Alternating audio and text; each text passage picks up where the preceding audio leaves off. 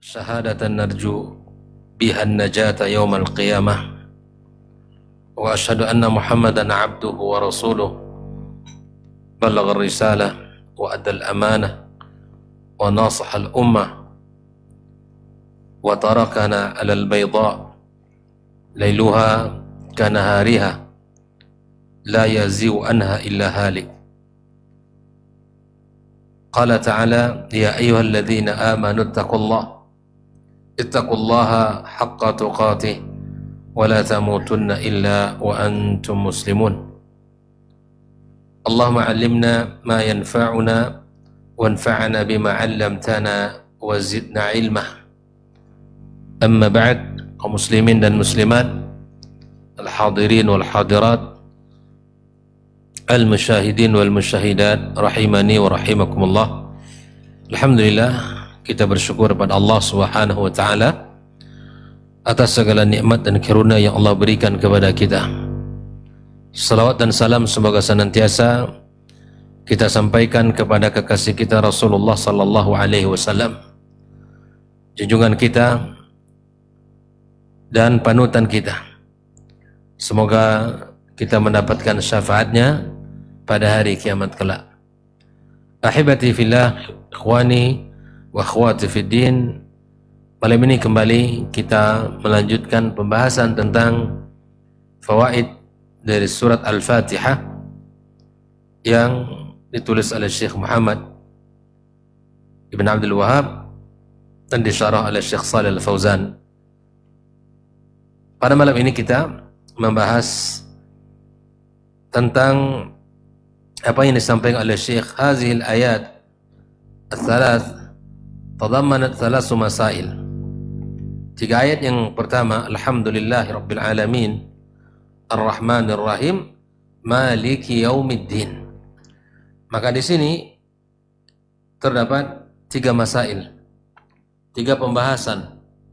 Yang pertama adalah fihal mahabbah. Di dalam ayat ini terdapat pembahasan tentang cinta. Li'anna Allah wal mun'im. Allah Subhanahu wa taala yang memberikan nikmat. Alhamdulillahi rabbil alamin. Maka di sini Allah Subhanahu wa taala sang pemberi nikmat, dan Allah Subhanahu wa taala berhak untuk disanjung dan dipuji. Maka kemudian di sini Syekh menyebutkan wal mahabbatu tanqasimu ila arba'ati anwa'. Lalu kemudian al mahabbah yang dengan bahasa kita disebut dengan cinta itu terbagi kepada empat. Apa? Empat pembagian cinta. Yang pertama adalah mahabbah asyirkiyah, cinta yang sifatnya syirik. Dan tentu ini cinta seperti ini dilarang. Cinta yang di dalamnya kesyirikan. Dan tentu tidak dibolehkan dalam agama kita. Seperti apa dia? Wahya mahabbatul asnam. Mahabbatul al-asnam wal authan. Yang kedua mahabbah muharramah, cinta yang dilarang, yang diharamkan. Ya. Wahia mahabbatu ma yubghiduhu Allah tabaraka wa ta'ala. Mencintai apa yang dilarang oleh Allah Subhanahu wa ta'ala. Yang ketiga, mahabbah tabi'iyah, cinta yang sifatnya ya tabi'i, dibolehkan, dan itu berlaku pada kehidupan kita. Di mana kita mencintai siapa? Mencintai keluarga kita, mencintai anak kita, pasangan kita, mencintai harta yang kita miliki. Itu namanya mahabbah tabi'i. Dan yang keempat adalah mahabbah wajibah, cinta yang sifatnya wajib. Itu mencintai siapa? Orang-orang yang Allah cintai, para anbiya, ya, para aulia, para as-salihin, dan lain sebagainya. Maka di sini ikhwafillah akan kita jelaskan nanti dengan dalil-dalilnya. Nah, sebelum kita membahas itu, ayat yang bicara tentang cinta ini adalah alhamdulillahi rabbil alamin. Segala puji bagi Allah Subhanahu wa taala, Rabb semesta alam. Berkata Syekh Shalih Al-Fauzan, alhamdu Lillahi ala madza? Atas apa Allah dipuji? Atas apa Allah Subhanahu wa taala disanjung? Qala ala ni'amihi. Ya, kita memuji Allah Subhanahu wa taala atas segala nikmat-nikmat yang Allah berikan kepada kita. Ya. Di sini Allah Subhanahu wa taala memuji dirinya sendiri. Fa wa yahmad subhanahu wa ta'ala li dzatihi wa li asma'ihi wa sifatihi wa af'alihi. Allah Subhanahu wa taala dipuji karena zatnya. Allah Subhanahu wa taala ya karena zatnya dipuji, dan karena nama-namanya juga dipuji, dan sifat-sifatnya juga dipuji, serta karena perbuatan-perbuatannya. Allah maha sempurna, Allah maha segala-galanya. Nah, oleh karena itulah kita puji Allah Subhanahu wa taala. Wa wal mun'im ala ibadihi. Allah yang pemberi nikmat atas seluruh hambanya. Kalau dihitung semua makhluk di muka bumi tak terhitung sama kita. Dari golongan manusia, dari golongan jin, dan bahkan dari golongan makhluk-makhluk hidup, hewan-hewan yang ada di sekitar kita, ya, baik yang besar maupun yang kecil. Semuanya itu hidup dalam kenikmatan, limpahan barokah dari Allah Subhanahu wa taala. Andaikan itu menjadi tadabbur kita dalam hidup ini, jangankan kita melihat kepada makhluk yang ada di luar sana, kepada diri kita sendiri saja dalam kehidupan ini, khafillah. Maka subhanallah, di dalam kehidupan kita, pada diri kita sendiri terdapat banyak nikmat yang Allah berikan kepada kita. Nah, tanpa kita terkadang bersyukur kepada Allah Tabaraka wa Ta'ala, dan tanpa kita merasakan itu semua adalah bagian pemberian Allah Tabaraka wa Ta'ala, maka kita setiap pagi, setiap sore kita puji Allah Subhanahu wa Ta'ala, ya, dengan segala keagungan dan kebesarannya. Fawal mun'im ala ibadihi fakullu mun'im fawa yuhmad ala qadri ma'an'am. Setiap yang memberi nikmat maka dipuji sesuai dengan apa yang telah ia berikan. Wa hadza yaqtadi ayyuhab li'anna an-nufus jubilat ala hubbi man ahsana ilaiha. Jiwa kita ini lebih condong cinta sayang kepada yang berbuat baik kepadanya. Ya, nak? Ya. Ada orang berbuat ihsan kepadanya, ya, maka kemudian hati kita senang kepada siapapun yang berbuat ihsan kepada kita, baik kecil maupun besar ihsannya. Bahkan kalaulah ada orang hidup di dunia ini yang berbuat baik dia kepada kita saat kita sulit, saat kita sedang membutuhkan, datang dia memberikan ihsannya, kita tidak memandang besar kecilnya, ya, tapi kita merasakan betapa kita sangat terbantu oleh ihsan dia kepada kita. Barangkali lisan kita tak pernah berhenti memuji dia. Di saat siapapun yang kita temui, Masya Allah, si fulan itu baik sekali, ya kan? Masya Allah, beliau orang baik, dermawan, sangat peduli kepada siapapun. Maka lisan kita setiap kali bertemu dengan orang memuji orang yang telah berbuat ihsan kepadanya. Padahal dalam hidup dia, mulai dari alam rahim dia sampai dia terlahir ke dunia ini, ada zat yang maha agung, yang maha sempurna, yang maha mulia, yang tidak ada tandingannya. Allah Tabaraka wa Ta'ala selalu berbuat ihsan kepadanya, selalu berbuat mencurahkan nikmat karunia-Nya kepada kita. Tapi itu terkadang tidak menjadi pikiran kita bahwa Allah, ya, untuk kita sanjung, untuk kita puji dan kita muliakan. Tidak. Nah, oleh kerana itu ikhwafillah, wallahu jalla wa ala huwal muhsin wa huwal mun'im. Dialah Allah yang telah berbuat baik, memberikan ihsannya, memberikan nikmatnya, wal mutafaddil ala ibadihi, kepada seluruh hamba-hambanya. Fa tuhibbuhul qulub ala ni'amihi wa ala fadlihi wa ihsanihi mahabbatan la yu'adiluha mahabbah. Maka hati seharusnya mencintai Allah Subhanahu wa Ta'ala, ya, hati kita mencintai apa yang telah diberikan dari nikmat, karunia, ihsan, cinta yang tidak ada tandingannya. Seharusnya itu hati kita ini, ikhwatal kiram, mencintai Allah Subhanahu wa Ta'ala melebihi dari cinta kita kepada manusia. Karena Allah Azza wa Jalla selalu memberikan nikmat. Bahkan terkadang dalam saat kita atau sebagian orang berbuat maksiat, nikmat Allah dia dapatkan. Iya kan? Saat dia mendapatkan nikmat Allah itu, maka dia bermaksiat kepada Allah Azza wa Jalla. Dan Allah tak putuskan nikmatnya. Allah tidak putuskan nikmatnya. Maka oleh karenanya, ahibati fillah, walidzalika kanatil mahabbah a'zam anwa'il ibadah. Oleh itulah mencintai Allah atau mencintai itu adalah bagian ibadah yang sangat agung. Ya, falhamdulillah. Ya, maka segala puji bagi Allah Subhanahu wa taala. Dan mahabbah seperti yang disampaikan tadi ada 4 bagian. Kita lihat dalil yang telah disebutkan oleh Syekh. Mahabbah yang pertama syirkiyah. Ya, cinta yang mengandung kesyirikan. Mencintai berhala, mencintai patung-patung, atau mencintai seluruh yang disembah selain Allah, itu mahabbah syirkiyah. Tolong diingat-ingat ini. Mahabbah syirkiyah. Mencintai patung, mencintai seluruh yang dibenci Allah Subhanahu wa taala untuk, ya, maka ini adalah mahabbah syirkiyah. Dalilnya bagaimana?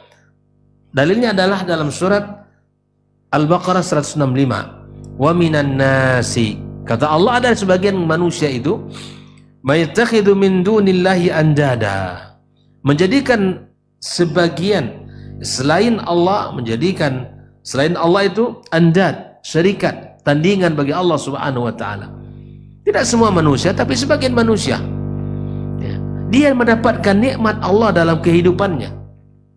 Dia bisa memandang, bisa melihat, bisa mendengar, bisa bicara, bisa melakukan apa saja dengan mudah. Kaki bisa melangkah, tangan bisa memegang. Subhanallah, ini nikmat yang tanpa ia rasakan itu dari Allah Tabaraka wa Ta'ala. Dan di antara nikmat-nikmat ini ada orang yang kufur kepada Allah Azza wa Jalla. Bahkan ada di antara manusia ini yang menjadikan tandingan selain Allah Subhanahu wa Ta'ala untuk mereka cintai pula. Yuhibbunahum kahubbillah, mencintai berhala-berhala itu, mencintai patung-patung itu seperti mana mereka mencintai Allah Tabaraka wa Ta'ala. Walladzina amanu asyaddu hubban lillah. Tapi berbeda dengan orang-orang beriman. Orang beriman mereka sangat cinta kepada Allah Subhanahu wa Ta'ala. Ya.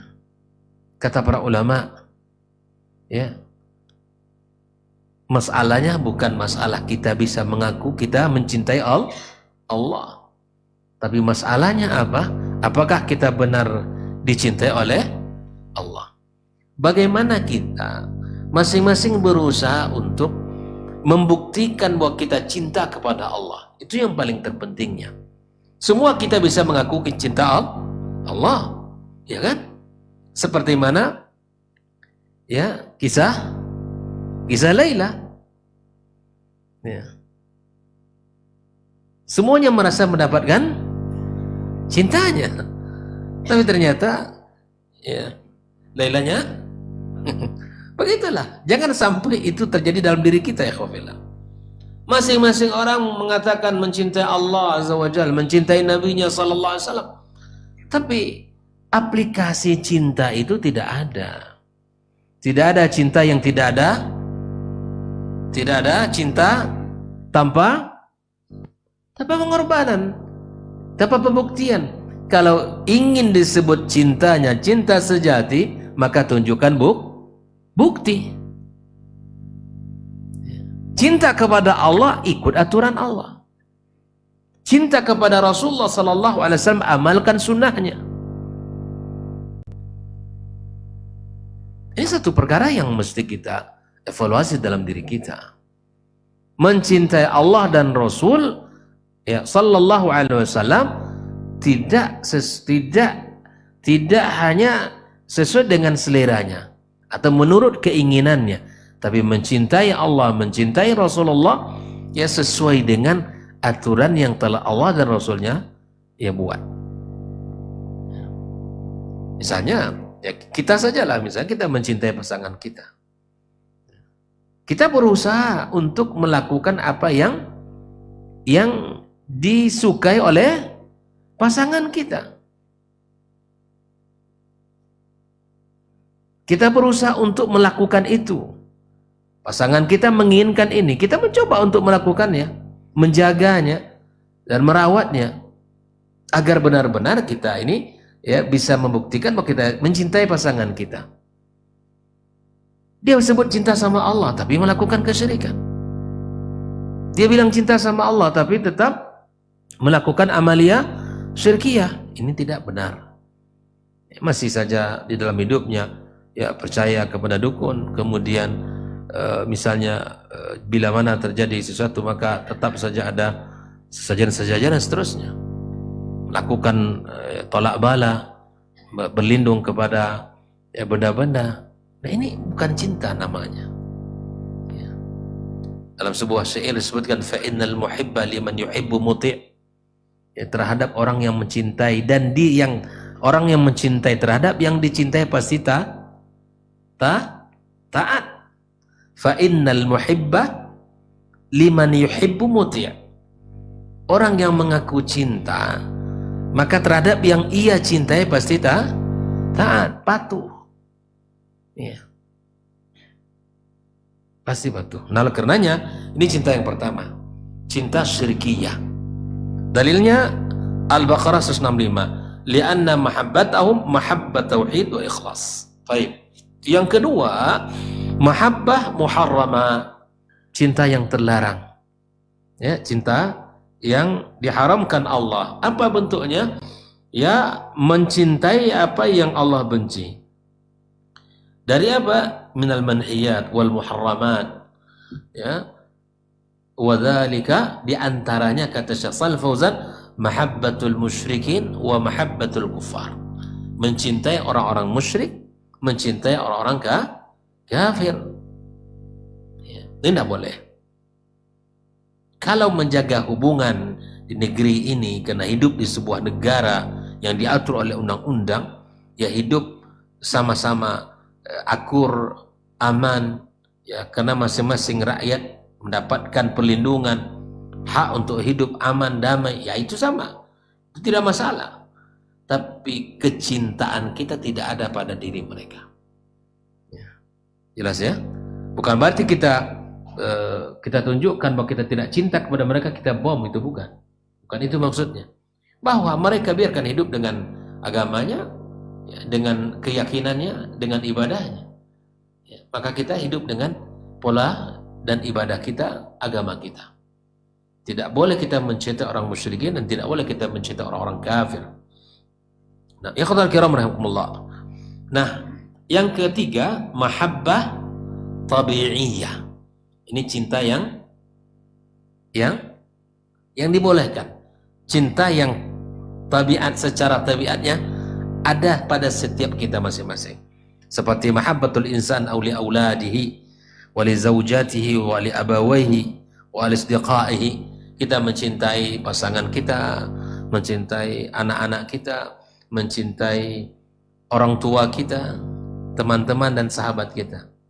Kita saling mencintai. Orang beriman saling mencintai. Itu namanya mahabbah tabi'iyah. Dan ini tidak masalah. Tidak masalah. Ya, maka ini hal-hal yang memang ada pada diri kita, mencintai sesuatu. Hadir dalam diri ini. Allah berikan pada diri kita potensi untuk bisa mencintai. Yang keempat, mahabbah wajibah, yaitu mencintai awliya Allah, ya, mencintai apa-apa yang Allah cintai. Nah, ketika Syekh Muhammad Ibn Abdul Wahhab membawakan firman Allah Subhanahu wa taala dalam surat Al-Baqarah tadi, maka kemudian Syekh Shalih Fauzan menjelaskan, wa minan nasi may yattakhidhu min dunillahi andada ay nuzara lillahi azza wa jalla. Andad itu adalah tandingan. Orang-orang yang membuat tandingan bagi Allah dalam urusan ibadah itu syirik, tidak dibenarkan. Fa kullu ma ubida min dunillah faqad ittakhaza niddan lillah wa syabihan lillah wa adilan lillah azza wajalla. Siapapun, ya, apapun yang disembah selain Allah berarti dia membuat tandingan bagi Allah, syarikat bagi Allah. Wal musyrikun, orang-orang musyrik yuhibbuna ma'budati mahabbatan syadidah, Mereka sangat mencintai sembah-sembahan mereka. Orang musyrik sangat mereka cintai. Ya. Walidzalika yamutuna duna wa yaqtuluna duna. Bahkan mereka rela mati gara-gara membela Tuhan mereka. Mereka rela mati, mengorbankan apa saja demi Tuhan mereka. Maka kalaulah bukan karena kecintaan, mereka pasti tidak mau untuk apa? Berjuang, mati di atas membelanya. Ini namanya mahabbah yang ditunjukkan oleh orang-orang musyrikin. Ya. Kemudian lakinna yatamassakuna biha wa yuhibbunaha li'annaha ushribat fi qulubihim wal iyadu billah. Nah, ini dia. Perhatikan ayat Allah Subhanahu wa taala, kenapa bisa mereka melakukan hal seperti itu. Lihat Allah taala katakan, wa idza dzukirallahu wahdahu isma'azzat qulubul ladzina la yu'minuna bil akhirah. Bila mana disebut Allah Subhanahu wa taala, lihat, maka di hati orang-orang yang tidak beriman itu terganggu, tidak senang. Kalau disebut Allah, hati mereka tidak senang, hati mereka tidak menunjukkan kegembiraan. Wa idza dzukira alladzina min dunihi idahum yastabshirun. Tapi kalau disebut selain Allah, mereka gembira. Hati orang beriman itu, kata Allah, bila disebut Allah semata, hati mereka ya gundah, hati mereka bersedih, hati mereka tidak nyaman. Tapi bila mana disebut selain Allah, mereka nah, inilah ciri orang-orang yang musyrik. Ya, sehingga kenapa kok bisa mereka mati-matian membela berhala? Karena memang di hati mereka itu di hati mereka itu bukan Allah Subhanahu wa taala yang mengisi hatinya, tapi kesyirikan itu yang mengisi hati mereka. Jelas sampai di sini? Allah juga katakan ayat yang sudah kita bacakan tadi, wa minan nasi may yattakhidhu min dunillahi andadan yuhibbunahum ka hubbillah walladzina amanu ashaddu hubban lillah. Ikhwafillah rahimakumullah. Dalam ayat yang lain Allah katakan, walau yaral ladzina zalamu idh yarawna al-'adzab anna al-quwwata lillahi jami'a wa anna Allaha syadidul 'adzab. Kata Allah, andaikan orang-orang yang zalim itu, Pak, melihat azab, andaikan mereka melihat azab seperti mana nanti mereka melihat azab di hari kiamat, pasti mereka mengatakan apa? Annal quwwata lillahi jami'a. Sesungguhnya segala kekuatan itu milik Allah. Andaikan orang musyrik itu melihat azab, ya, seperti mana mereka nanti di hari kiamat melihat azab, pasti akan mereka katakan, tidak ada kekuatan kecuali milik Allah Subhanahu wa taala. Nah, sesungguhnya Allah sangat pedih azabnya. Ikhwafillah rahimakumullah. Maka Syekh Shalih Fauzan menjelaskan, lau ya'lamuna ma sayu'awwaluna ilayhi yaumil qiyamah ma'a min man abaduhum lakana lahum halun akhar. Andaikan mereka ini mampu merasakan atau melihat azab-azab itu, maka pasti keadaan mereka berbeda. Ya, pasti keadaan mereka berbeda. Bahkan nanti di hari kiamat, Pak, di hari kiamat itu apa kata Allah? Idz tabarra alladzina tubi'u minal ladzina taba'u wa ra'awul 'adzaba wa taqatta'at bihimul asbab. Disinilah saatnya nanti akan kita tahu bagaimana orang-orang yang diikuti, orang-orang yang diikuti terhadap orang-orang yang mengikuti berlepas. Sudah. Itu urusan masing-masing. Itu urusan Anda. Jangan ikut-ikut, jangan disalahkan kami. Hari itu orang-orang yang diikuti, dan terhadap orang yang mengikuti dia, sudah ma'asalamah, berlepas diri. Gak akan ada tanggung jawab, ya rahmukallah. Gak akan ada tanggung jawab, dan tidak akan ada yang namanya pembelaan dari dia, tidak ada. Karena hari itu nafsi-nafsi, hari itu masing-masing mencoba untuk jangankan terhadap yang disembah, orang yang ia cintai dalam hidup dunia ini siapa? orang tua, keluarga, ayah, saudara, anak, istri.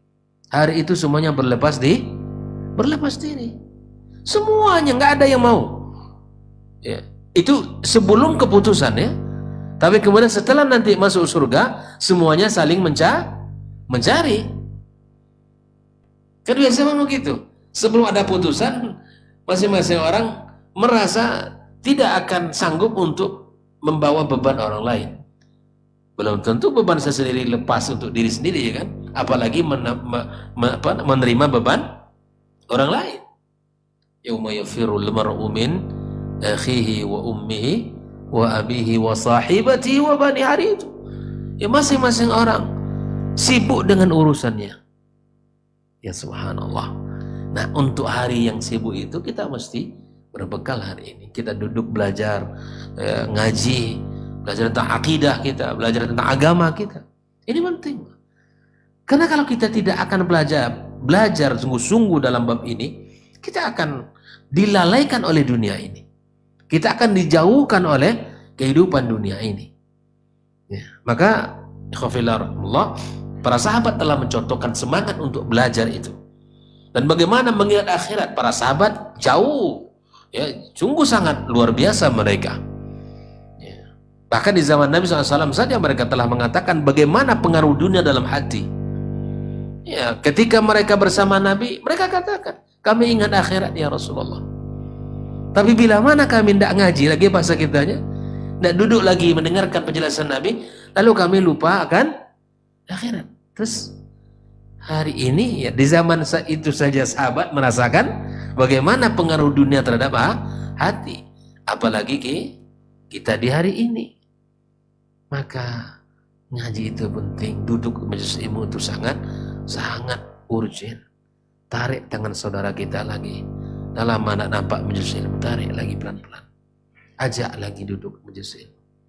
Karena inilah yang akan bisa menguatkan kita untuk bisa bertahan, bisa kokoh di atas sunnah Nabi Sallallahu Alaihi Wasallam. Apa kata Allah di dalam ayat yang lain? Ya, innamat takhastum min dunillahi awthanan, kan jadikan berhala selain Allah itu apa? Mawaddatan bainikum, mawaddata bainikum fil hayati dunia, sebagai sebab menjadi kalian harmonis. Kalian jadikan itu sebagai apa? Usaha untuk mahabbah, saling mencintai, mawaddah di antara kalian dalam kehidupan dunia.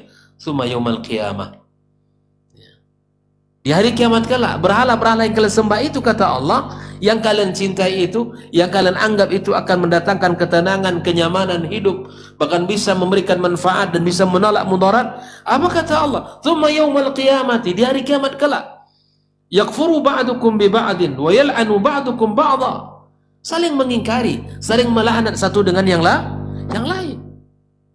Bahkan iblis akan berkhutbah di hari kiamat menyampaikan, jangan kalian salahkan kecuali diri kalian.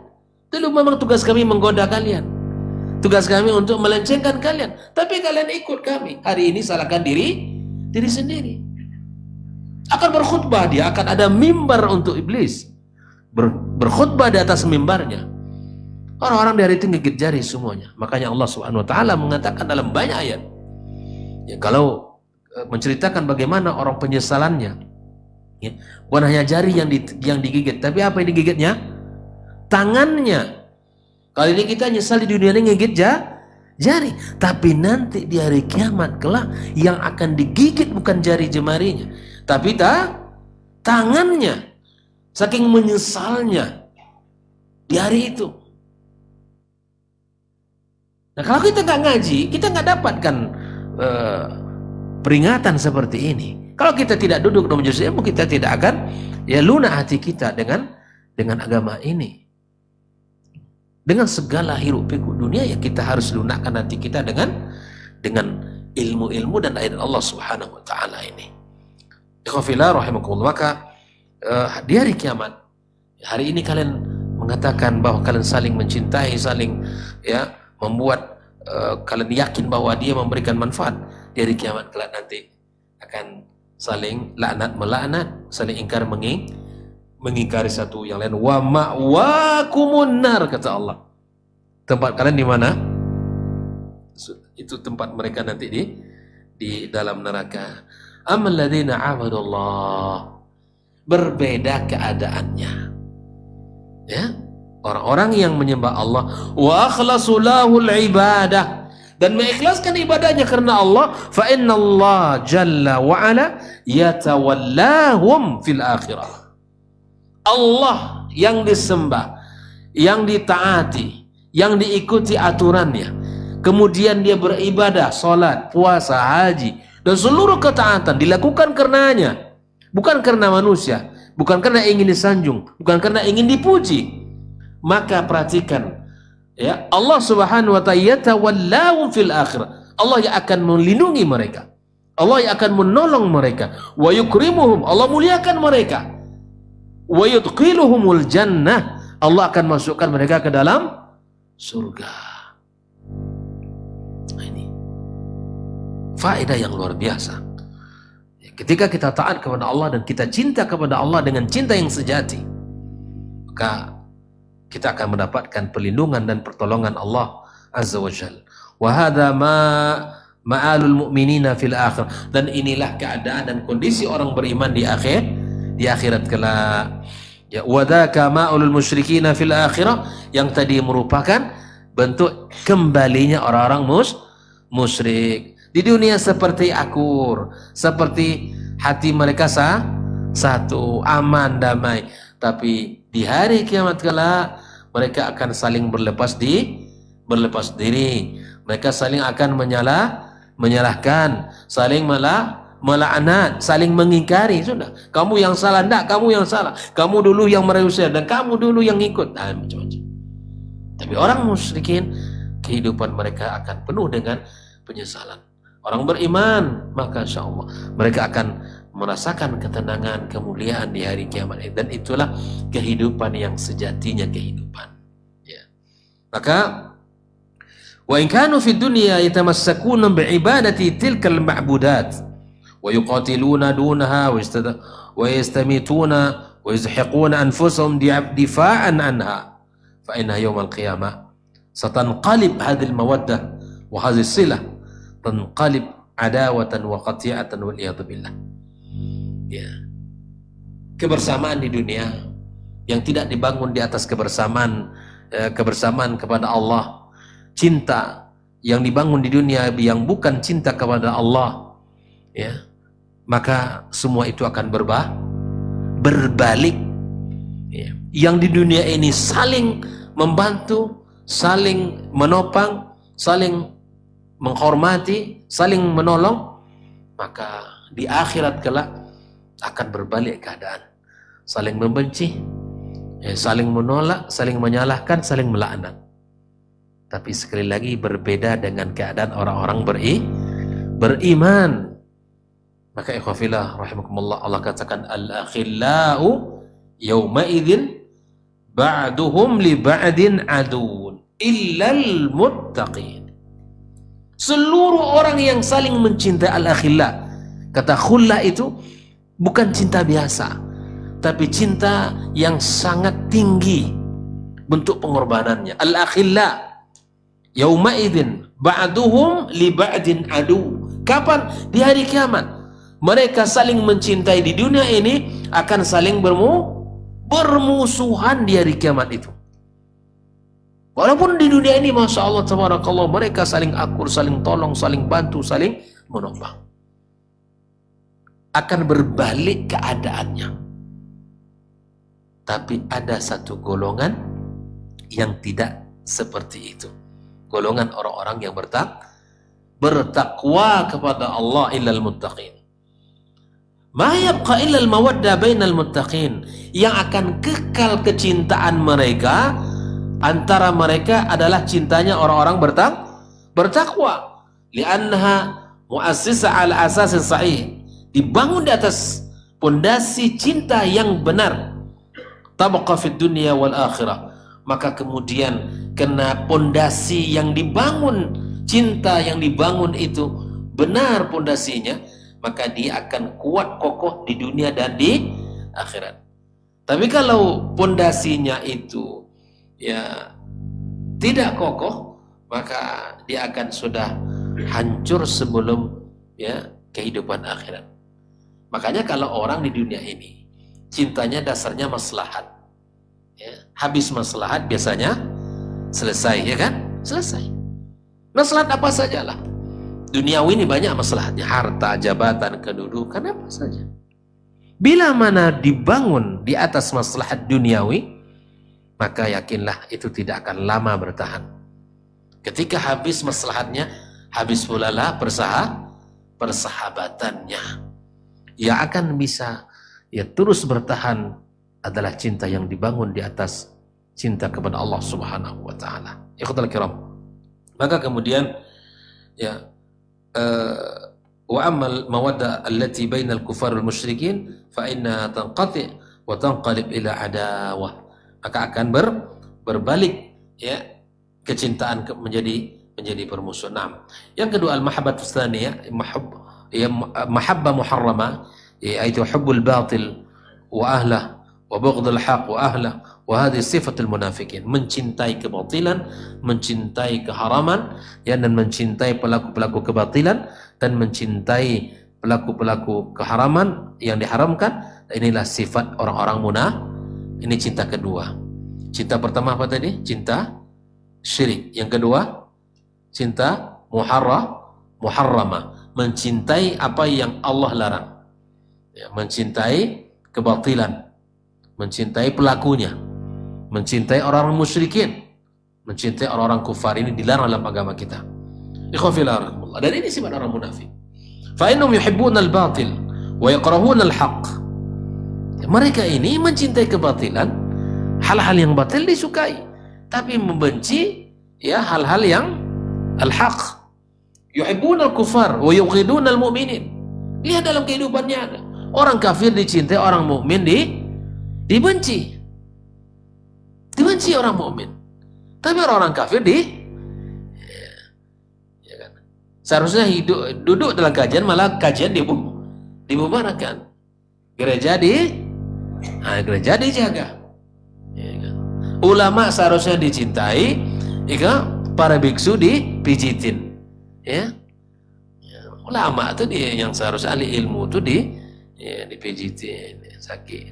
Ini orang biksu-biksu malah ya Allah ya Rabbi.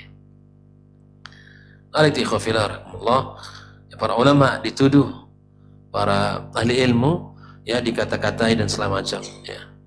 Nah, ini oleh karena itu ini sifat-sifat yang tidak baik dalam diri seorang yang beriman kepada Allah Subhanahu wa taala. Wan nifaq huwa izharul Islam wa ibtalul kufur. Kemunafikan itu di antara inti dan sifat mereka itu apa? Mereka ya menampakkan keislaman dan menyembunyikan kekufuran di dalam hati mereka. Wa alamatul munafiqin annahum yuhibbun ahlul batil. Satu kata saja. Di antara sifat orang munafik itu adalah mereka mencintai ya pelaku kebatilan. Wa yubghiduna ahlal haqq, dan mereka membenci orang-orang yang melakukan perbuatan benar. Terbalik. Dia pakai rumus terbalik. Mencintai kebatilan ya, membenci kebenaran. Mencintai para pelaku kebatilan dan membenci para pelaku kebenaran. Nah ini. Jadi kalau ada dalam dirinya seperti itu, fa'alam ya annahu minal munafiq. Maka ketahuilah bahwa dia dalam dirinya subur sifat kemunafikan. Lihat dalam diri kita, mana kita sukai? Mencintai orang-orang yang baik, mencintai ahli ilmu, mencintai Islam, mencintai al-haq. Insyaallah di dalam dirinya ada kebaikan. Tapi kalau mencintai ya kebatilan, lebih suka dia ya kebatilan daripada al-haq yang berkembang, maka di sini pasti ada penyakit. Fa idza ra'aita man yubghid al-haq, kata Syekh Shalih Fauzan, khususan bila mana engkau melihat orang-orang mencintai membenci alul haq, khususnya siapa alul haq di sini? Khususnya para sahabat Rasul. Kalau engkau melihat orang membenci para sahabat-sahabat Nabi sallallahu alaihi wasallam yang telah berjuang bersama Rasulullah, mendampingi Rasulullah, setia bersama Rasulullah, sallallahu alaihi wasallam. Mereka habiskan harta mereka, bahkan jiwa mereka. Subhanallah. Maka kemudian, dan mereka membenci para ulama umat Islam. Fa'lam annahu munafiq. Ketahuilah, ya, maka dia orang munafik. Orang munafik. Wa in kana yuzhir Islam, meskipun dia berpakaian Islam, ya kan, salat bersama kaum muslimin. Ya, tidak ada ya kelompok yang paling membenci sahabat Nabi kecuali orang-orang Syiah. Tak ada. Mereka sangat benci kepada sahabat-sahabat Nabi sallallahu alaihi wasallam. Kita dengarkan adzan.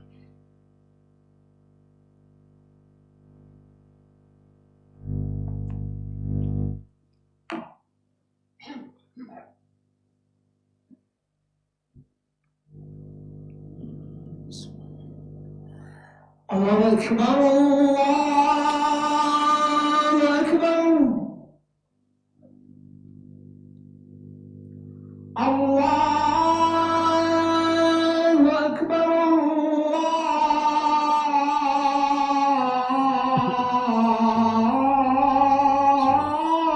Allahu Akbar.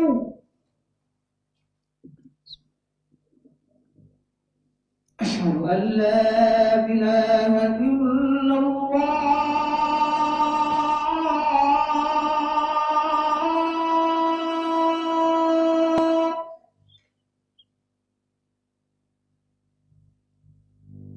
Asyhadu an la ilaha illallah.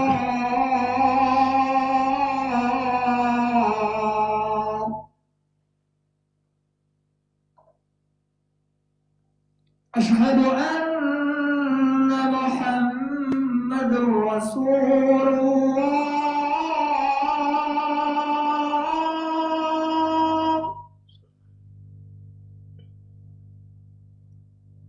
Asyhadu anna Muhammadur Rasulullah.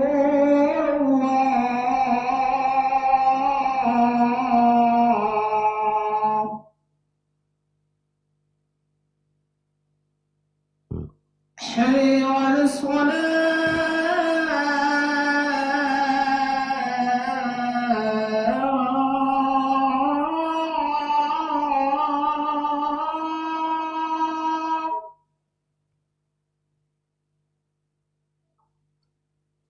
حي على الصلاة.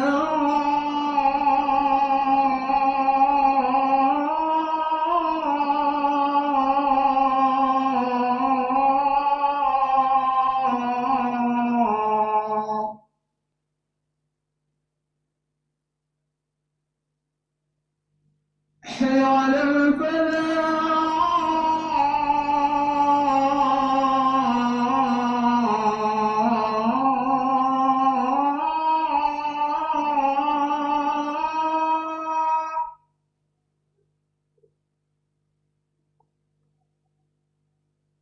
حي على الفلاح.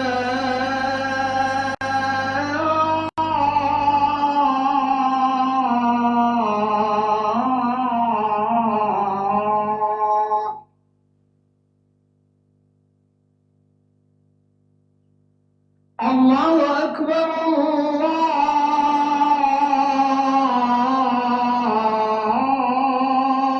الله أكبر.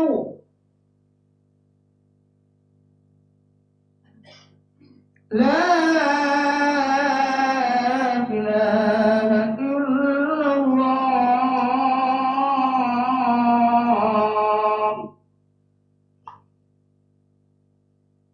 Salatan khair.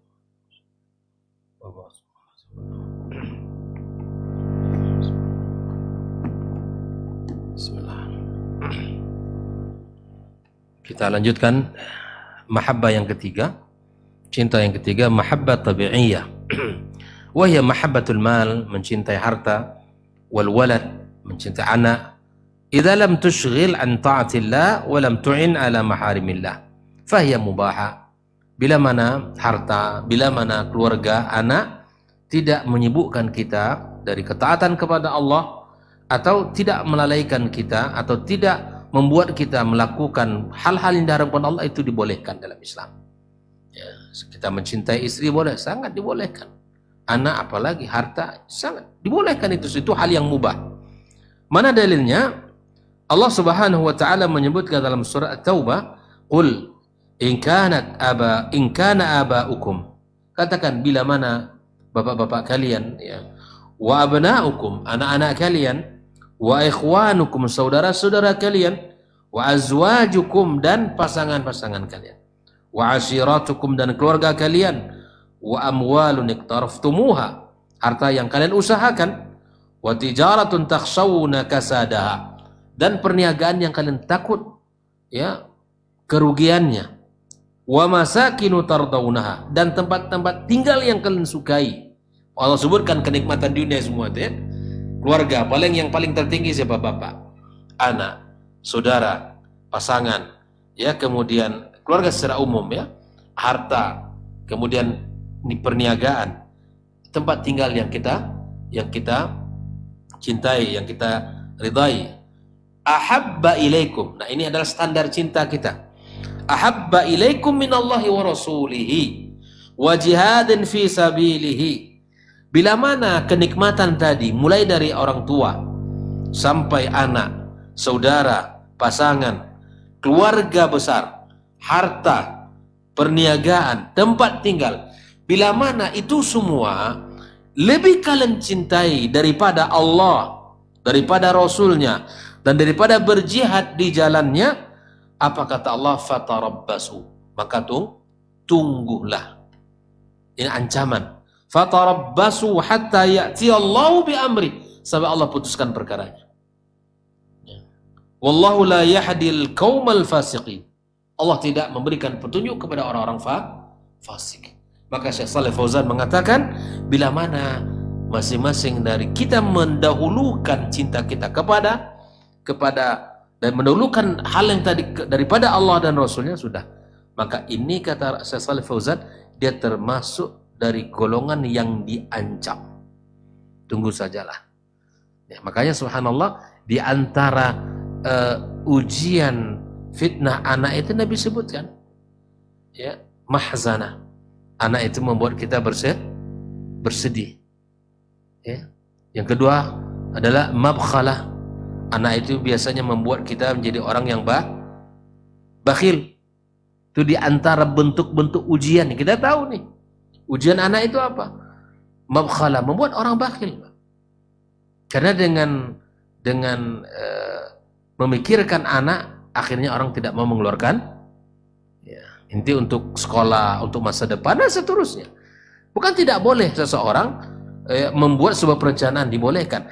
Tapi jangan sampai seluruh atau peluang-peluang kebaikan yang hadir di depan kita tidak kita ikut serta di dalamnya, gara-gara apa tadi alasannya? Untuk anak, masa depan anak, dan seterusnya. Anak itu akan hidup dengan rezekinya. Jelas ya? Anak itu akan hidup dengan rezekinya yang Allah berikan kepadanya. Mahzana, mabkhalah, majbana. Anak ini juga membuat kita bisa menjadi orang yang penakut. Dulu ya, mereka tidak mau berjihad, takut mati. Ya, mereka tidak mau berjihad, takut mati, sehingga apa? Tidak lagi bertemu dengan anak dan keturunan, dan seterusnya. Yang barangkali sifat-sifat itu lebih dahsyat hari ini daripada zaman dahulu. Ya, semuanya bahkan melebihi dari itu semua. Nah, oleh karena itu Allah ingatkan kita, ahibati fillah, tentang peringatan yang luar biasa tentang standar cinta ini. Jadi jangan sampai seluruh yang disebutkan orang yang kita banggakan, yang kita hormati, yang kita cintai di dunia ini, maka melebihi cinta kepada Allah Subhanahu wa ta'ala. Jelas ya? Nah, mencintai semua ini suka, jadi boleh. Boleh mencintai keluarga, bagian daripada kebaikan. Tapi tidak boleh, ya, contohlah misalnya keluarga istri, suami pengen ngaji, yang pengen ngaji terus juangnya kan, makan malam lah boleh gitu. Atau makan pagi, masih makan, ya makan sate kita bang, enggak, mau pergi kajian ke Masjid Al-Aman. Nah, istrinya merayu terus kan. Akhirnya gagal deh, taklah sampai ngaji dah. Nah, oleh karenanya, oke lah katanya kan. Nah, sekali kerja lah, insya Allah sekali kerjanya kan. Nah, esok diulang lah. Nah, ini namanya cinta. Kita sudah dirusak ini. Ya, oleh karenanya para ummahat jangan larang suaminya ngaji, gitu kan. Biarkan suami ngaji. Kalau perlu ikut sama suami sekali gitu, ikut belajar. Ya, karena itu yang membuat bermanfaat. Baik, itu yang terakhir, mahabbah ahlu tauhid. Itu mahabbah auliyaillah. Mahabbah yang mencintai, ya, hubbu ahli tauhid, mencintai orang-orang yang bertauhid, mencintai ahlu sunnah, orang-orang yang berakidah yang benar, ya. Wa bughdi ahlu syirki. Kita mencintai orang-orang yang bertauhid kepada Allah dan tauhid yang benar, dan membenci pelaku kesyirikan.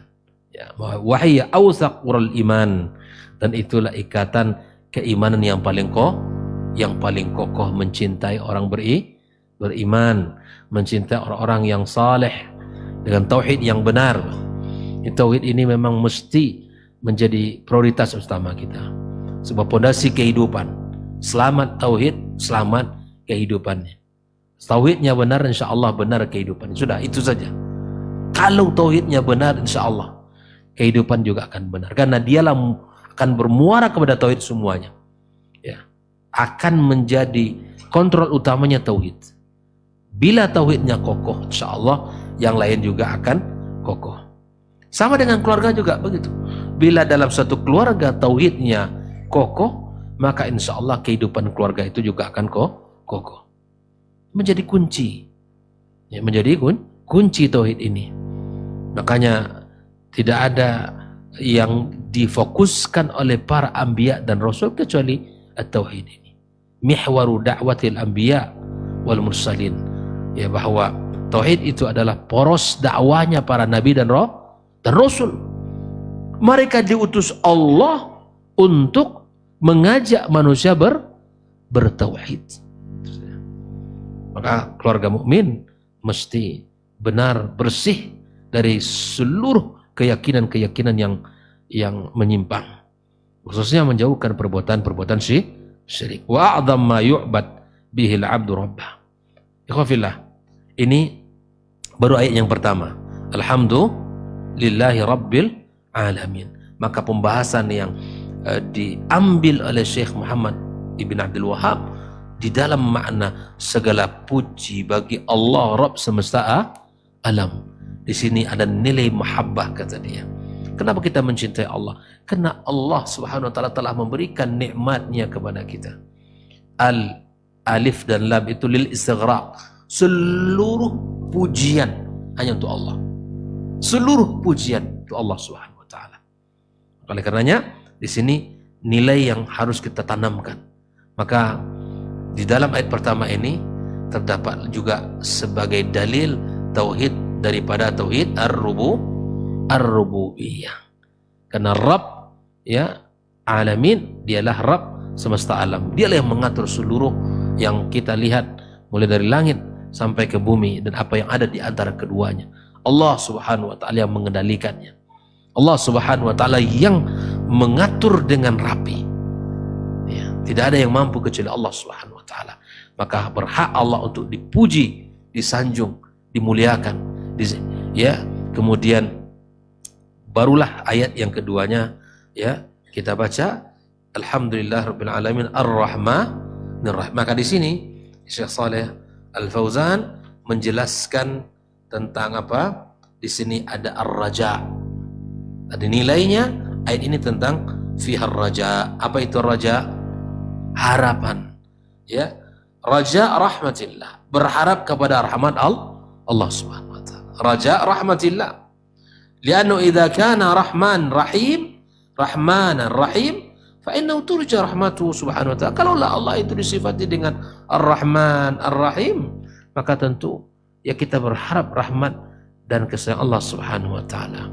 Ar-Rahman, ya, meliputi seluruhnya makhluk. Ya. Ar-Rahim hanya untuk orang-orang beriman itu dikhususkan nanti di hari kiamat kala. Rahman Allah lah yang terjadi dalam kehidupan ini semua. Ya, karena meliputi seluruhnya beriman maupun orang kafir. Makhluk, ya, baik itu manusia, kemudian hewan, semuanya, tumbuh-tumbuhan semuanya dengan rahman Allah Azza wa Jalla. Rahman Allah Azza wa Jalla, semuanya tanpa terkecuali. Maka itu perbedaan antara Rahman Ar-Rahim, Ar-Rahman Ar-Rahim, khusus Ar-Rahim hanya Allah berikan kepada mereka orang-orang yang beriman. Dikhususkan Allah Tabaraka wa Ta'ala orang-orang yang betul-betul memiliki keimanan kepada Allah, dan itu khusus di hari kiamat kelak. Tidak Allah berikan kecuali mereka yang telah bertauhid kepada Allah Subhanahu wa Ta'ala. Maka oleh karena itu ini sebagai dalil tauhid apa ini? Asma was sifat. Ar-Rahman Ar-Rahim, nama Allah. Ar-Rahman Ar-Rahim, ya, asma dan sifat Allah Subhanahu wa Ta'ala. Oleh karenanya tauhid asma dan sifat ini adalah tauhid yang pembahasannya sangat panjang oleh para ulama. Kenapa? Karena tauhid asma dan sifat ya mengandung tauhid ar-rububiyah dan al-uluhiyah sekaligus. Baca. Tauhid, ya, makanya kalau kita buat perbandingan ya, maka tauhid rububiyah itu konsekuensinya apa? Konsekuensinya dia harus beriman kepada tauhid al-uluhiyah. Tauhid uluhiyah apa? Tauhid uluhiyah itu mengandung tauhid rububiyah. Artinya bila mana orang beribadah kepada Allah, itu artinya dia beriman kepada Allah dan meyakini Allah lah yang maha mencipta. Jelas kalau penekan perbedaan antara tiga ini. Tauhid rububiyah, ya, bila mana orang sudah percaya kepada Allah yang mencipta langit dan bumi, maka seharusnya dia beriman kepada tauhid artinya dia harus menyerahkan seharusnya. Bila mana seorang tahu kalau Allah pencipta langit dan bumi, ya dia harus tunduk kepada Allah dengan ibadah. Tauhidul uluhiyah, ya, bahwa mengandung makna tauhid ar-rububiyah. Bila mana orang sudah beribadah kepada Allah, itu artinya dia percaya kepada Allah yang mencipta langit dan bumi dan seluruh makhluk. Nah, tauhidul asma dan sifat ini mengandung kedua tauhid ar-rububiyah dan al-uluhiyah. Ini pembahasannya panjang.